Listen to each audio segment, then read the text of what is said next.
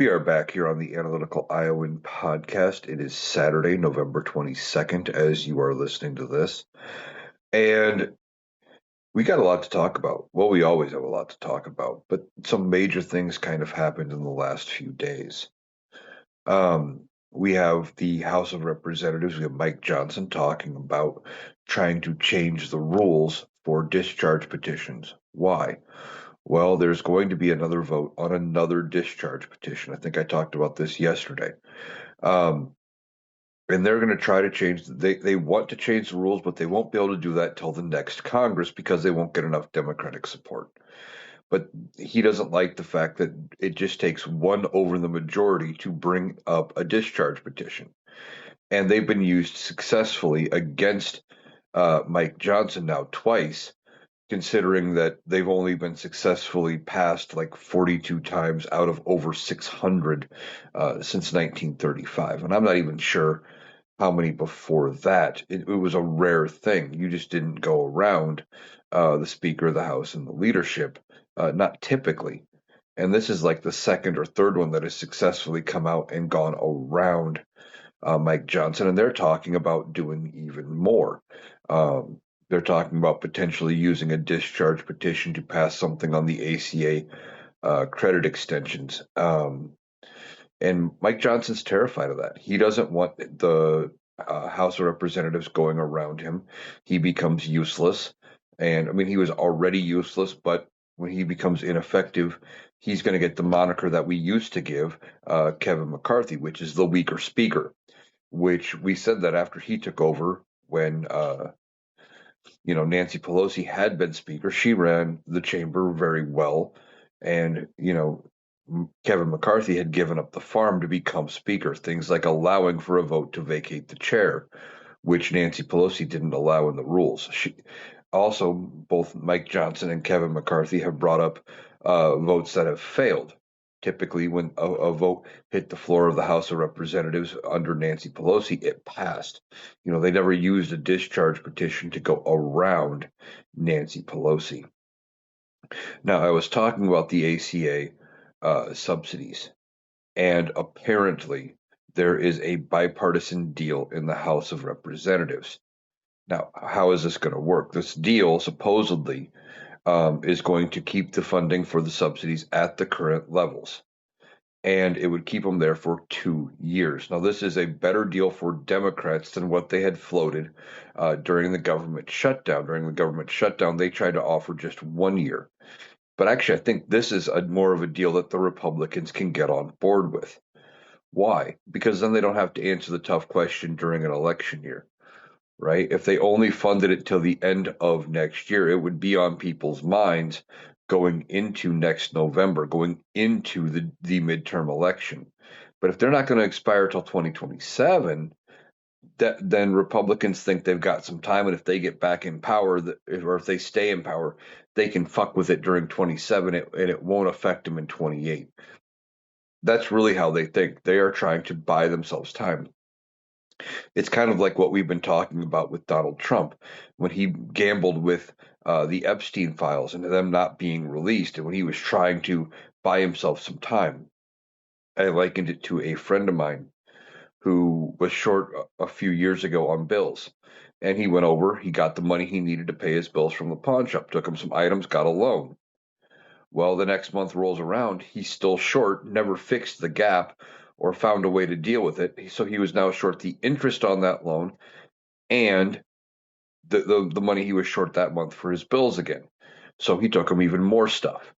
And before long, he was out, about every month he was taking him more things to keep paying the interest on his other stuff and shoring himself up when it got to the point where he had nothing left of value to take and he had no other way to pay it. He ended up losing his items at the pawn shop when if he just would have sold a couple things early on or found a way to reduce a bill here or there or something, he could have maybe not done any of that. But he kept thinking if he buys himself enough time, he would find a way out of it. And that's how Republicans are dealing with these ACA subsidies now. If they kick it down the road 2 years, they're thinking they can find themselves a way out of it that won't affect them in either election. They're worried about getting reelected. There is a good chance that the House of Representatives flips by 40 or 50 seats, and that's before you take into account any gerrymandering that is going on. Now, speaking of gerrymandering, apparently the U.S. Supreme Court has put a pause on that lower court's ruling, a temporary pause. I'm not sure of exactly how long, but a temporary pause of enforcement blocking the redistricting. Now, if the temporary pause is long enough, it's not going to matter. They're going to have to use these new maps going into uh, 2026. However, if it's like other temporary pauses, we're only talking about a couple of weeks, and this may be just a temporary pause to let the appellate court weigh in. So we're going to have to see how this actually plays out. Now, of course, I believe it was Alito that turned around and granted that temporary pause. And we know Alito is not the most impartial of jurists. Um, some people are saying when Democrats get in power, they need to impeach and remove several members of the Supreme Court. Here's the problem: that is a high bar. Not so much of a high bar to bring the charges and put them on trial, but it takes 67 senators. And if I could be wrong on the math, but I think even if the Democrats were somehow able to flip every state or in every seat that was up for election this time around, they can't get to 67. It is a high bar. Like, you don't typically have one party with that big of control. Now, if they make enough gains, they could potentially get over the filibuster of 60 votes by 2028. But still, getting over that 67 senator bar is pretty high, is pretty hard. I don't see impeaching happen. The better choice would be to do things like pack the court, expand it to 13, and maybe what they may be able to do and get some bipartisan support on would be like a code of ethics and some other Supreme Court reforms um, after they're back in power. But again, that's going to take maybe even a constitutional amendment, which is another high bar. It takes two-thirds of both houses of Congress, and it takes 38 states, which is uh, not easy to get done. Amendments don't necessarily pass that quickly. I think the fastest one that got passed was the repeal of prohibition, and that still took like 2 years. It's not a fast process, so maybe they work on it. But right now, temporarily, the ruling overturning the maps in Texas is paused. Doesn't mean it's overturned. Doesn't mean it's permanent. There is a temporary pause. Now we're going to have to see, you know, how this plays out. And I say that a lot because it's easy to jump to conclusions, right? It's easy to say all hope is lost. And I'm not one to bury my head in the sand and admit that, we're just beat, we're done, it's over, boo hoo. No, I look for ways out. I look for, what could happen. And I try to wait until the thing happens and then react to what happened. I do give some maybe optimistic outlooks as far as what could happen down the road. And I try to look at the bright side, not always focusing on the negative, because if you focus on the negative, then you get down, you get depressed, and it's harder to get back at it and keep fighting and going forward. And we need to fight. We need to go forward. We can get out of this, but it's going to take some hard work, and we have to just keep putting in the work to make it happen. So, uh, continuing with the House of Representatives, though, and Mike Johnson, he's desperate to cling on to power. Now, he's got a razor thin majority. I believe right now it is 219 Republicans to 213 Democrats. Now, it was 214, but Mickey Sherrill resigned to become governor of New Jersey. So that is a vacancy. Now, that should be a safe Democratic pickup when they hold a special election to fill it. There is a special election coming up in Tennessee. Now, this special election in Tennessee, it is what is presumed to be a safe Republican district. If that one flips, if it does, that would be devastating to Republicans because right now I think they can lose 3 votes on any measure. Actually, two votes on any measure, and it would still pass. Three would result in a tie, and it wouldn't pass with the current makeup. If they pick up that Democratic seat, doesn't change. They still can lose 2 votes and have anything pass. But then coming up, I think in January, there's going to be a special election where in Texas to fill a vacant seat. It's a runoff election because there was a contest held in November or earlier this month, I should say, on that big election night. And I know it feels like that was so long ago. That feels like it was months ago, and it's only been a few weeks.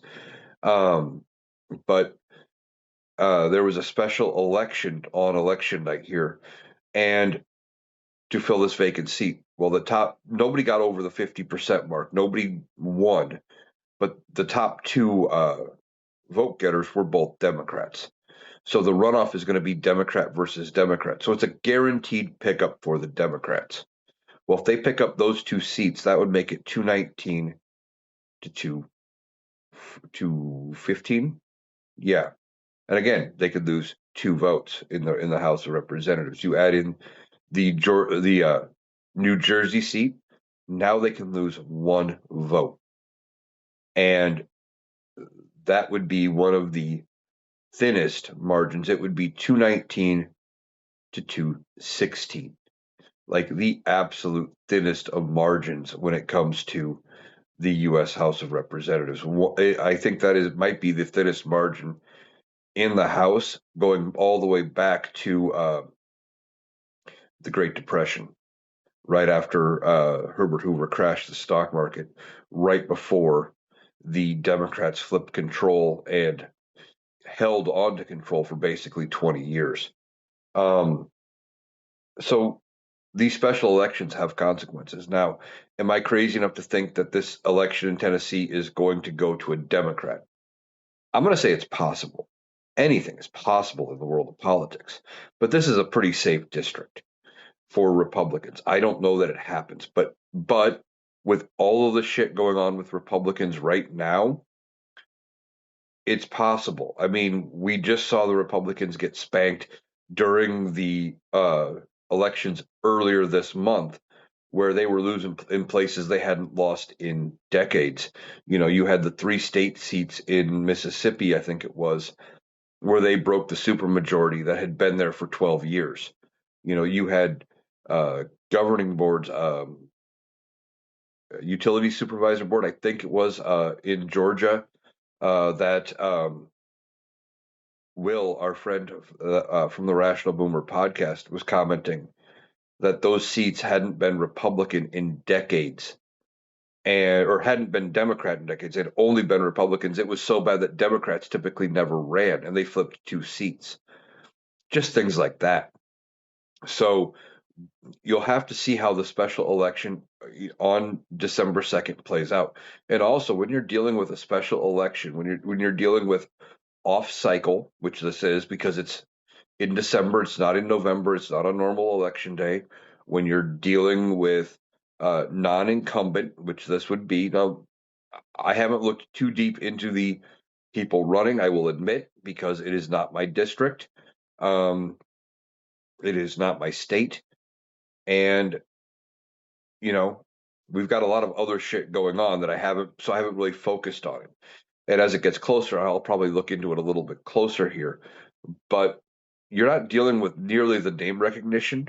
One of the things we talk all the time about how we have got too many old people in Congress, too many people who have been there forever.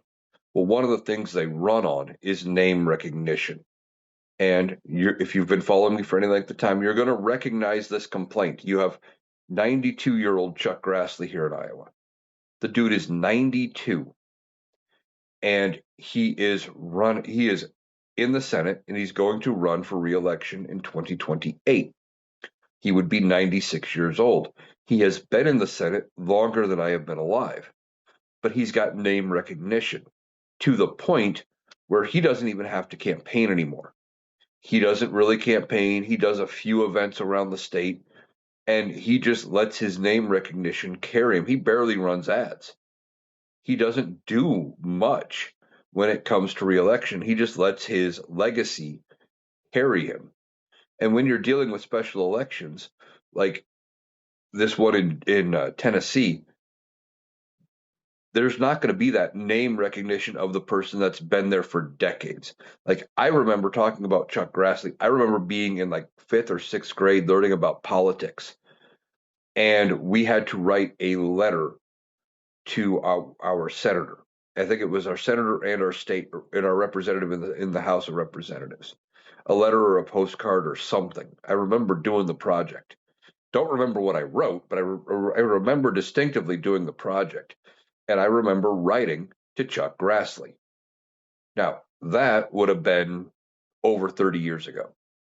And point of what I'm getting at is there's a lot of people my age that just have always known Chuck Grassley to be there. You go to the polls, you see the name, you vote. They vote for Grassley because they recognize the name.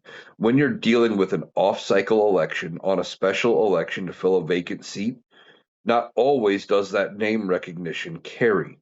Now, sometimes it could help you, and I'm not trying to take anything away from Representative Grijalva in Arizona, but the fact that she was running to fill her father's seat, there was some name recognition there. I'm sure that she did get a little bit of a bump from that because people knew the family, they knew her dad, they had an idea of what they were going to be getting, or at least what they thought they would be getting, and that always helps. So we're going to have to watch that election in Tennessee. Okay, if all three of those seats flip, that would be 216 to 219. But we also have something coming up in January. Now, I did a video on this late last night, and by now I'm sure you have probably already heard. Marjorie Taylor Greene, the MAGA of the MAGAs, at least she was at one point, has announced come January 5th, she is resigning from Congress. Yes, you heard that right. Marjorie Taylor Greene is going to resign. She's no longer going to be in Congress. Why? Well, she cites the political climate, the fact she's getting death threats, her family's getting death threats. She's disillusioned with the two-party system. She's talking about how she doesn't like the fact that um, it seems like if you the only way to win is to go after your opponent, and it's just, do you like me or do you like them? You must hate them because they're evil, which is the whole thing she had bought into for years. She was all about the identity politics and that stuff. She was all about um, how evil and vile the Democrats were and everything. But she's been talking more moderate for a while. She sees the writing on the wall. She's breaking with Donald Trump. She broke with him on the Epstein files. She was one of the voices that had said if Pam Bondi does anything to screw with the Epstein files, she would read a list of client names on the House floor. And she may still do that between now and January 5th. But she is waiting until January 5th to resign, which is going to trigger within about 2 months. So we're looking at March, maybe mid March at the latest. There will be a special election in Georgia to fill her seat. Now, Marjorie Taylor Greene's seat is very ruby red. It should be a safe pickup for Republicans. However, again, with all of the bullshit going on with Republicans, you have everything with the Epstein list.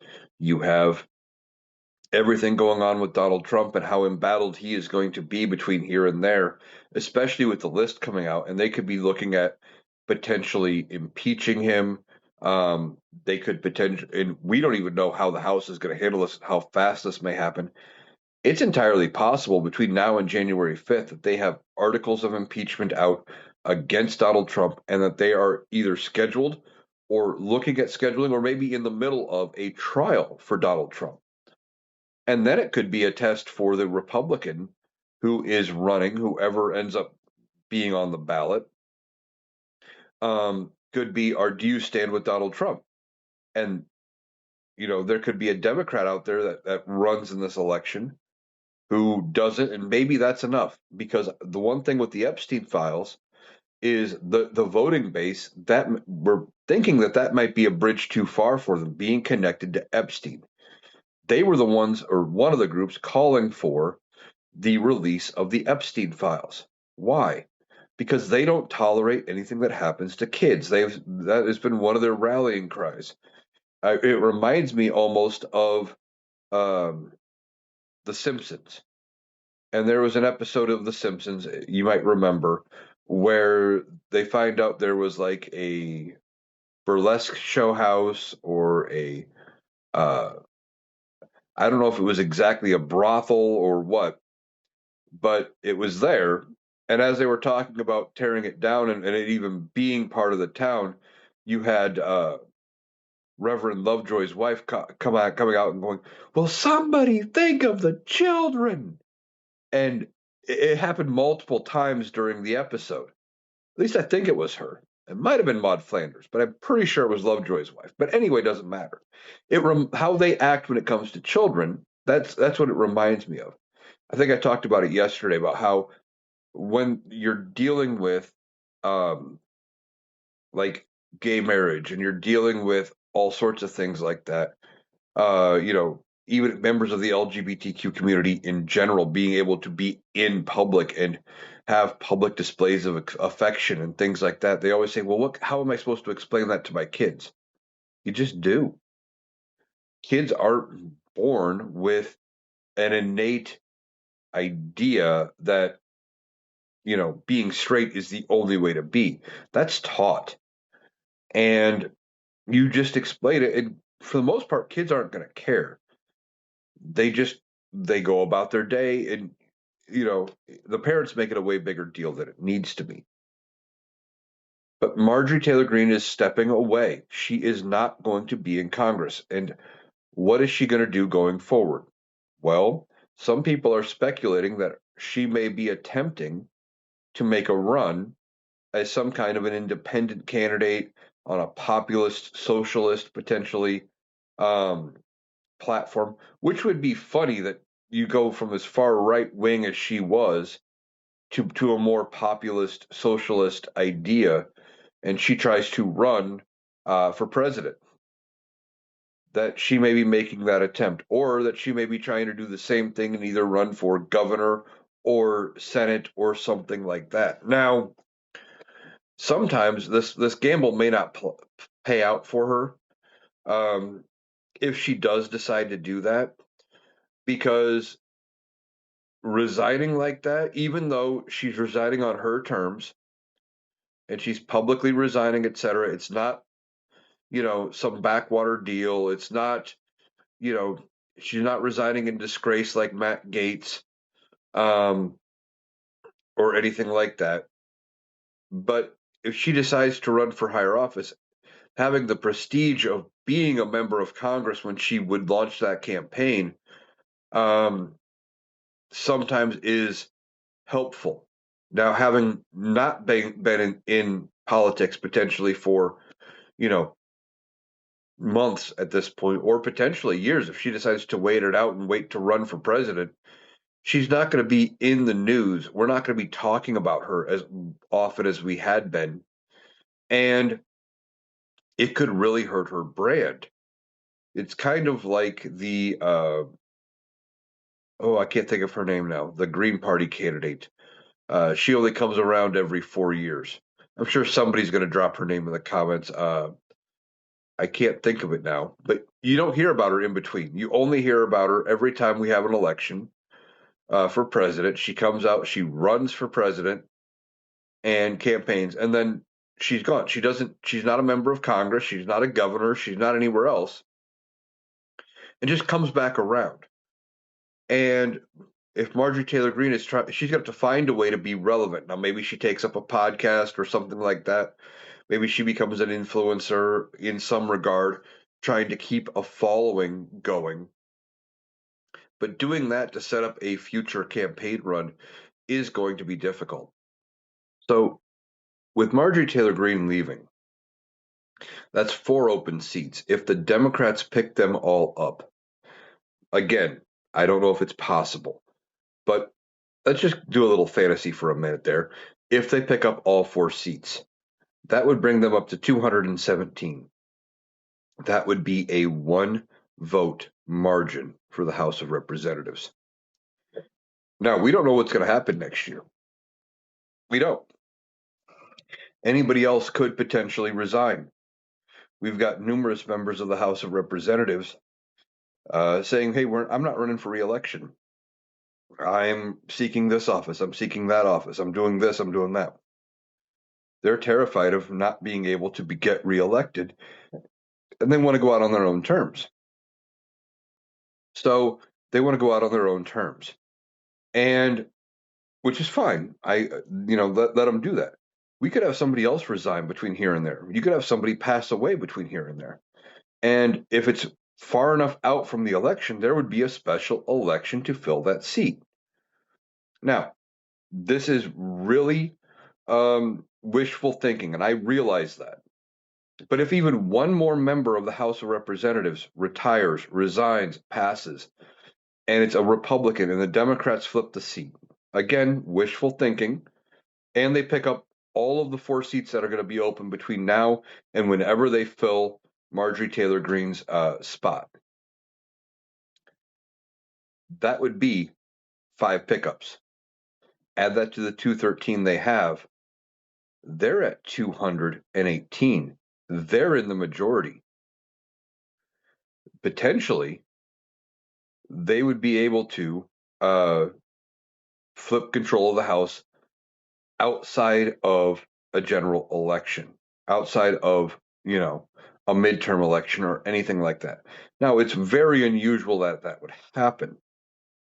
And I know this is very wishful thinking that it would even be possible, but I'm using it to illustrate how weak the Republicans actually are in the House of Representatives. They're not dealing with the largest of majorities. They're not dealing with 20, 30, 40 seat majorities at all. They're dealing with, you know, 2, 3 seats at best. They're struggling right now. And potentially Marjorie Taylor Greene may just be the first of many that are breaking away from Donald Trump. Now, we are also hearing, I'm going to shift to a different Greene. I mentioned as part of talking about Marjorie Taylor Greene, that one of the tests for whoever goes to fill her seat, maybe do they stand with Donald Trump in potentially an impeachment? Well, we are hearing from Al Green, a Democratic representative from Texas. Now, this isn't the first time he has said something like this, that he expects there to be articles of impeachment against Donald Trump by the end of the year. Now, if he's the one leading the charge and it's a democratically led charge, we don't know if it's going to make it to the House floor. But again, they don't need very many Republicans to side with all Democrats. And if Mike Johnson tries to, kill it or whatever, they could do another discharge petition. Remember, he's not in favor of those. He wants to change the rules, but you can't change those rules until the next Congress, which, if I'm right, Democrats are going to be in charge. But Al Green is saying expect articles of impeachment by the end of the year. And the speculation was that he was going to be the one filing them. Well, I wonder if it's not going to be something else. Is it going to be a Republican led impeachment? We've been talking about this. The Epstein files. If he's saying by the end of the year, well, Donald Trump just signed the Epstein release bill earlier this week. So that means by about the 15th to the 20th of December, the files are supposed to be made public. And it wouldn't surprise me if if certain members of Congress aren't sitting there waiting to do something, right? We hear Marjorie Taylor Greene's talking about releasing the client list on the House floor. The client list. Thomas Massie, another Republican, has said this basically the same thing, that he would read the names of the clients on the House floor. And it's entirely possible that there's a member of Congress on the Republican side, and maybe several, that would be willing to go along with impeaching and removing Donald Trump over the Epstein files, because it's a bad deal for Republicans. They want to get away from it. Donald Trump wants to get away from it. They don't want us to continue to talk about the files, but they also know they have to be released because their voters want it released. Um, and they know Donald Trump trying to be, or if he's in there, that is going to be a bridge too far for Republican voters. Okay. The thing they've been worried about has been alienating the Republican voter going into the midterms or going into the 2028 general.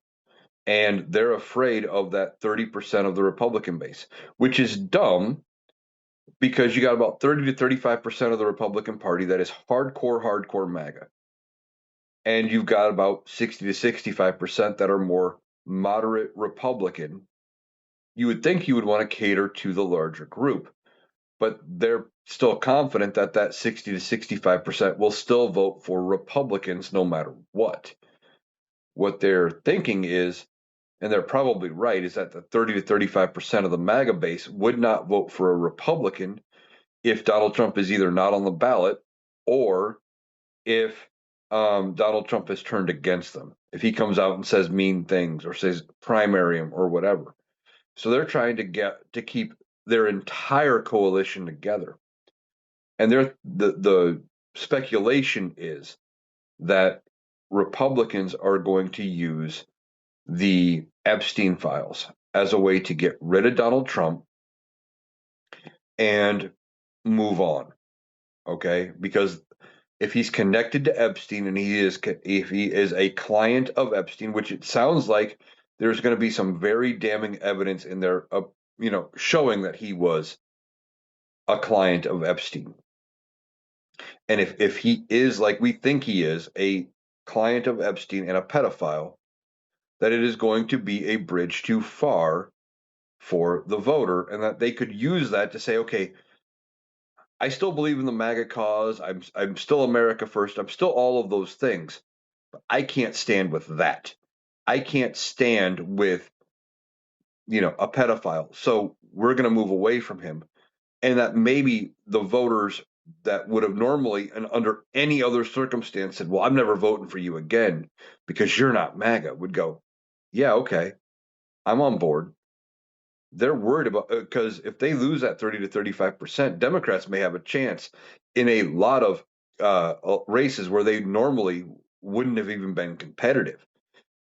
If that entire 30 to 35% of voting base just says, yeah, we're never voting again, it would be easier for Democrats to make large gains. So they're trying to walk this tightrope. Now, in my opinion, they should have walked away from him way back after January 6, 2021, and they had an opportunity to do so. But this may be their strategy. This may be their game plan to do that, with regards to uh, getting away from Donald Trump and keeping the MAGA base. So we're hearing that could all happen. And Al Green's talking about bringing articles of impeachment. May not work if Al Green does it. But if a Republican does it and they're sitting on it going, yeah, we're on board, it would only take about 4 to 5 Republicans to side with all Democrats, and Donald Trump is impeached for a third time. And I say this all the time. Um, when it comes to the impeachment of Donald Trump the third time, right now, with Republicans controlling both chambers, if the Republicans in the House initiate impeachment, especially if they approve an impeachment, because it would take Republican support, I think. Well, it would, but I mean, it would take Republican support to pass it. I think if they um, do this and they send it to the Senate, it should almost be looked at as a foregone conclusion. Donald Trump would be out on his ass. Now, a lot of people are speculating that, oh, well, JD Vance would be worse. JD Vance may be evil for other reasons, he is not as bad as Donald Trump. And now here's why. And it's not because his ideas are evil and not because the things he want to do are good for the American people. But while it may not be day one, JD Vance will clear house in the cabinet. He's going to bring in his own people. And he knows how unpopular a bunch of Donald Trump's picks are. Now, of course, he's been saying the things that he needs to say to keep the MAGA base in line and the things you should say as a VP, you know, oh, we got a great team and, you know, they're doing a good job, etc. He could clean house. And some of these people could be out. Pete Hegseth and Pam Bondi, RFK, and a bunch of others, Kash Patel. And he would bring in his own people. Now, it's entirely possible. But then if you're smart, and JD Vance isn't like the most intelligent person, but he is smarter than Donald Trump, which doesn't take much, but still. He's going to listen to the advisors. And also, if your party just successfully impeached and removed the president from your own party, you know, because it would take Republicans to do all of this.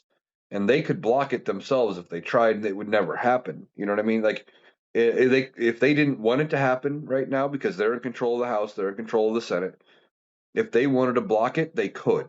So if they had successfully impeached and removed Donald Trump, you're going to be sitting there going, okay, I'm just going to sit here. You guys tell me what you want to do. I'm going to give you some suggestions, but if you say no, it's going to be the end of it. I'm going to, he's going to be very weak, in my opinion, because he's going to be looking over his shoulder at Congress going, are you going to get rid of me? Are you going to get rid of me? Are you going to get rid of me? What's going on here? And so there has been an idea floated around by several people that when he gets in and he appoints his own VP, and remember, Mike Johnson does not automatically become the VP.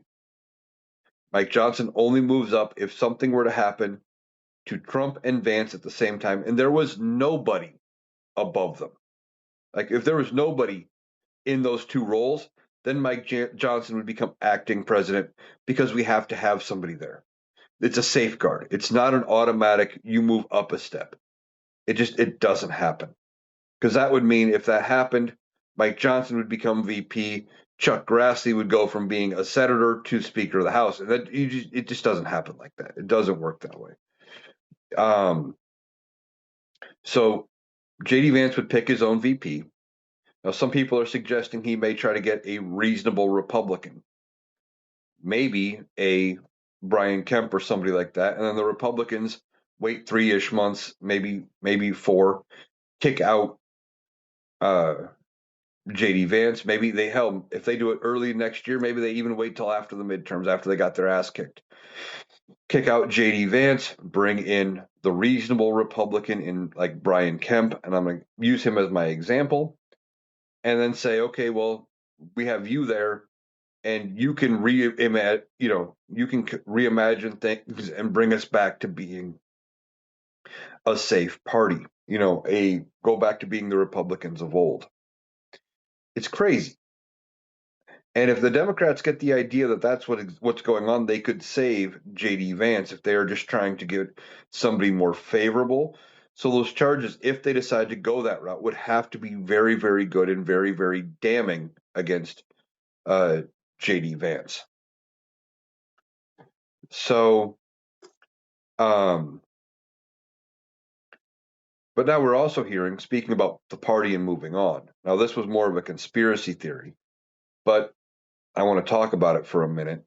I don't know if it's a conspiracy theory necessarily, but I was going to dismiss it. But then Donald Trump Jr. comes out and responds to it, says, we're never going to let this happen because he thinks he's the heir apparent to MAGA, but he's not his father, right? The article that came out that Donald Trump Jr. was responding to said that there have been meetings going on in private with the Bush family and high-level Republicans talking about trying to retake the Republican Party back from MAGA in 2028. that since Donald Trump is not eligible to run, if he lives that long, which again, we talk about it all the time, I don't think he's going to live that long. Um, but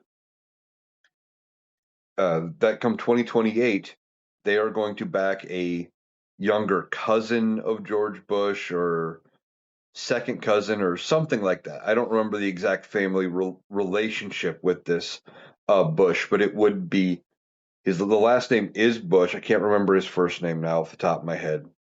Um, but he's related to George W. Bush and Jeb Bush, and that they would back him, endorse him, and try to bring the Republican Party back to Bush level Republican politics. They're saying we've strayed too far from the path and that we need to go back to being actual Republicans, get rid of the MAGA, get rid of the fascist leaning bullshit, the fealty to Donald Trump, all of it, and go back to and reclaim the party from MAGA. Sounds crazy. It almost sounded like a conspiracy theory, but it could happen. There's going to be a power vacuum come 2028. Now, right now, it looks like JD Vance is the heir apparent. He is going to be the one that is going to have to run. But see, he's not overly connected to MAGA. He was only connected to MAGA for 6 months during the election, if that. And, you know, he wasn't Donald Trump's first pick. Donald Trump, unless Donald Trump comes out publicly and endorses JD, it's going to be a tough fight for JD. Not to mention, you know, that he's going to have the stench of Donald Trump all over him for being connected to him and for all the bad things and the bad decisions Donald Trump has made. There could be a wide open primary challenge in 2028 on the Republican side. We're already hearing some names are entering the race, or at least floating the idea possibly. You've got Ted Cruz. I think some people are suggesting Ron DeSantis may make an attempt at it out of Florida. But you have now this Bush that may make an attempt, and then which surprises me that they may attempt to run a Bush or a regular Republican. I figured they would concede 2028, let the Democrats have it, and then run in 32 on a platform of they didn't fix it fast enough, put us back in, we'll fix it this time. That kind of a deal. So you're hearing that the Bushes are talking about pushing um, a candidate and trying to bring back the Republican Party. It could get very, very messy for Republicans going into 2028.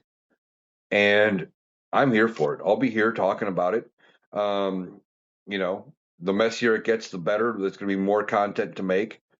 And, you know, it just shows how divided the Republican Party is. The MAGA movement is fizzling, it is dying. And when Donald Trump finally shuffles off this mortal coil, the Big Mac finally gets him, and he's no longer with us, or when the Republican Party, like we were talking about a little bit ago, finally says enough is enough and throws him out on his ass. Well, if they throw him out, he's going to try to burn the Republican Party down to the ground, you know. But by then, he could be disgraced, a disgraced pedophile. Um, Now he won't feel any shame, of course, but his vengeance would attempt to be vast. But I don't know how hard that vengeance is going to hit if he's connected to Epstein and everything, and that is the reason they used to get rid of him. But it's going to be messy for Republicans going forward.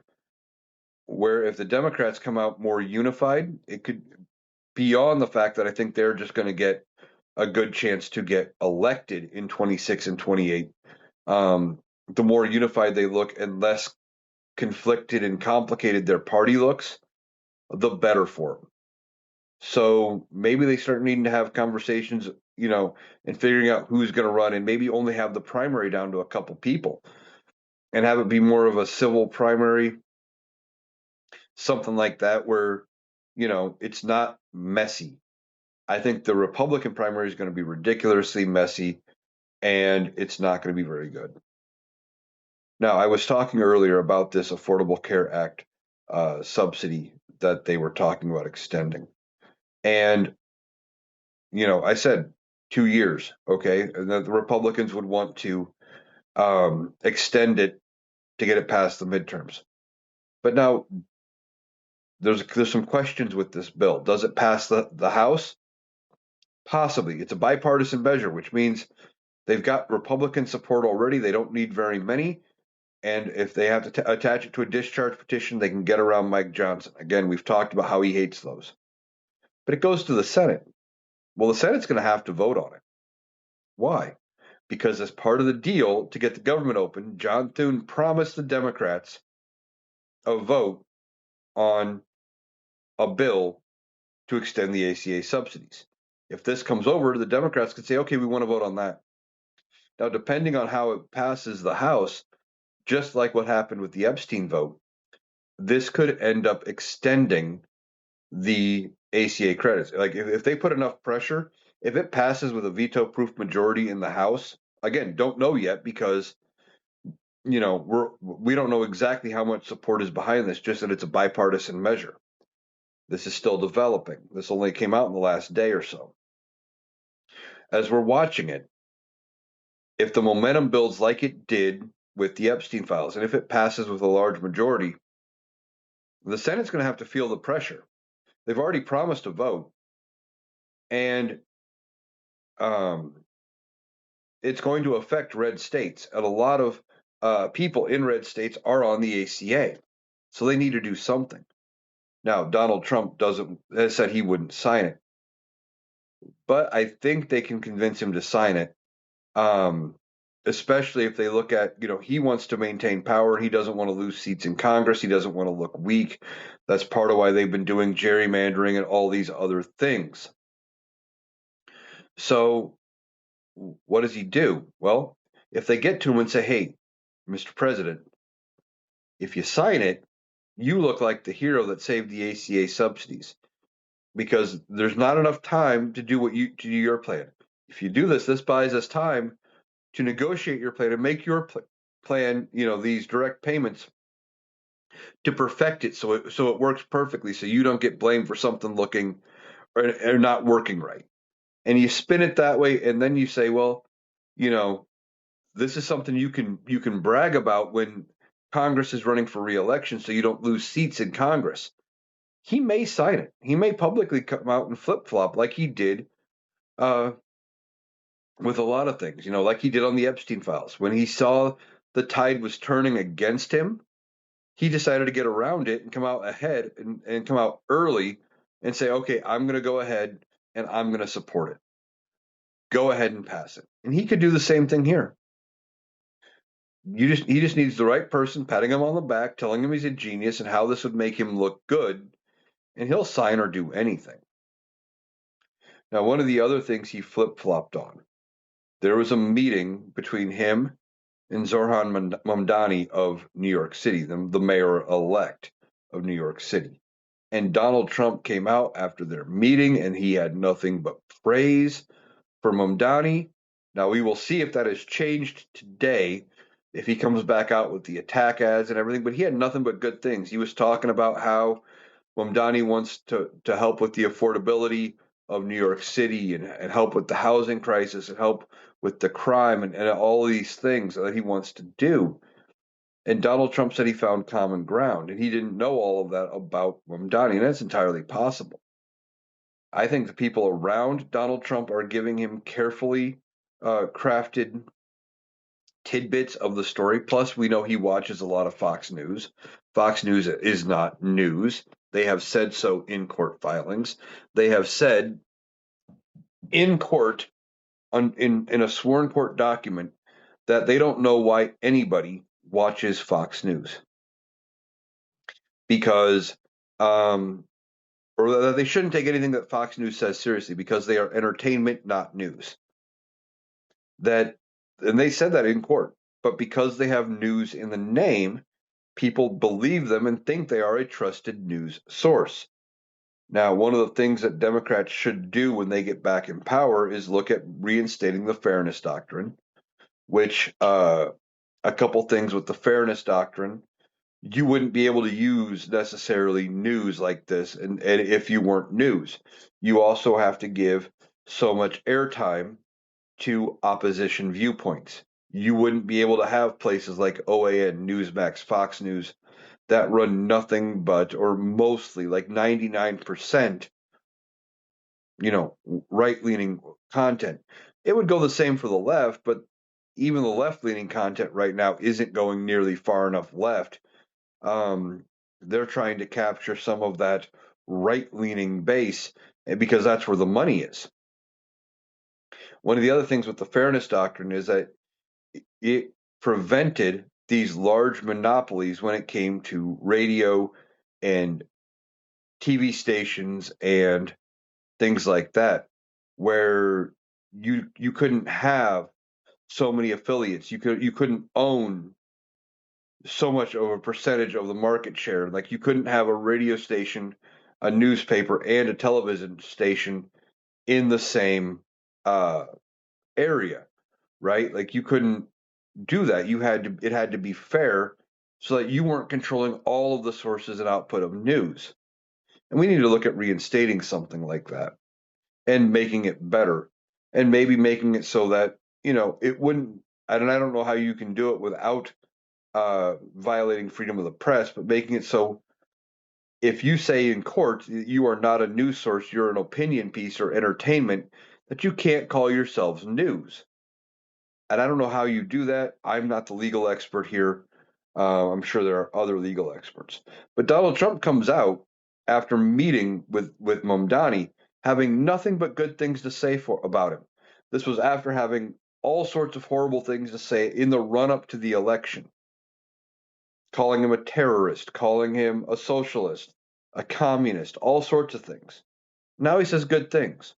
Well, why? In part, Mamdani just won a big election by a large percentage of the vote, something Donald Trump has never done. Yes, he won the popular vote in 2024.